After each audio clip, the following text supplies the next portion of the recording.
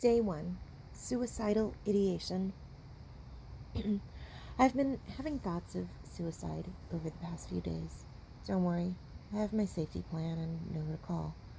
Some of you received a text or a phone call in the middle of the night or at a random time over the past few days from me.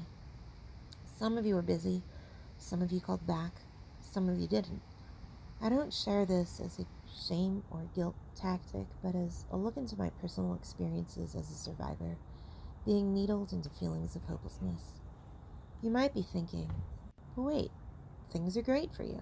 You're setting up a series to bring awareness to domestic violence. You have helped me feel supported. The darkness comes and covers me like a warm, welcoming blanket. The doubt from years of gaslighting, telling me I was stupid to think this way or that way. I truly believe that all of us did the best that we could then, and that we do the best that we can now. I acknowledge that I see some individuals through a tainted lens, a judgmental lens, folks who promised me that they would help, who, when I ask for the help, tell me they never promised, that I misunderstood. And with no written record, it becomes a he said, she said. He said, she said is very common when it comes to domestic violence. The perpetrator's goal is to be in control, and the victim is traumatized, and our laws don't take trauma into consideration when trying to identify the truth. Our communities are not trauma informed, and it hurts our communities when we then tell folks to man up or put on their big girl pants. That being said, there are different ways to resolve and heal from trauma. I use CBT, cognitive behavior therapy, not CBD oil, and EMDR. I work on rebuilding my synapses to healthy responses. It's hard to do, though, when I'm being needled and having law enforcement at my door and being accused of custodial interference and endangering my child.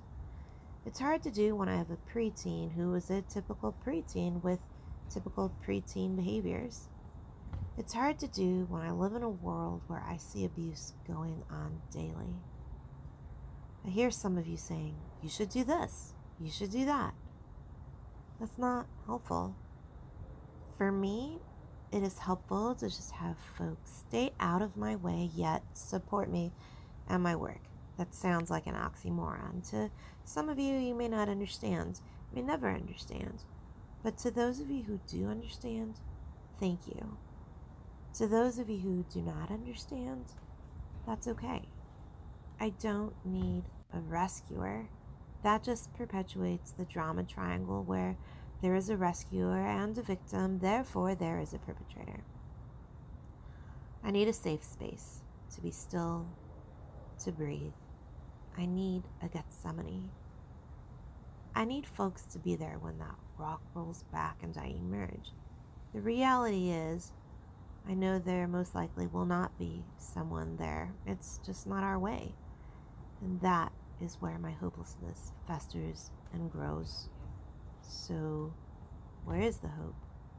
The hope is in recognizing the facts. The hope is in realizing that in the end, even if I am jailed because of corruption, even if I am separated from my family, even if I have taken the opportunity to help empower others, what's next?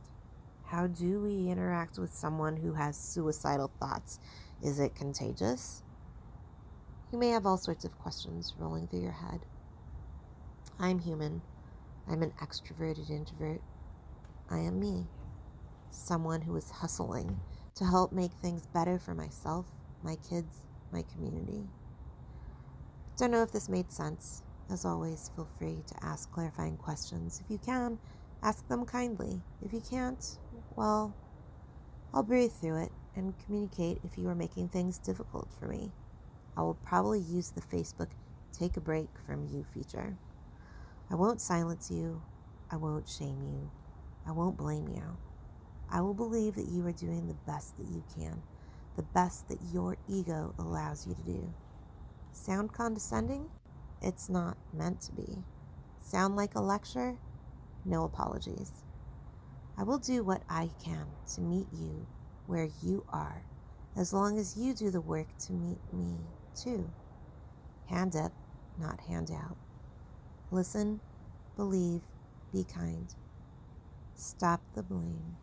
Stop the shame. Our children are watching.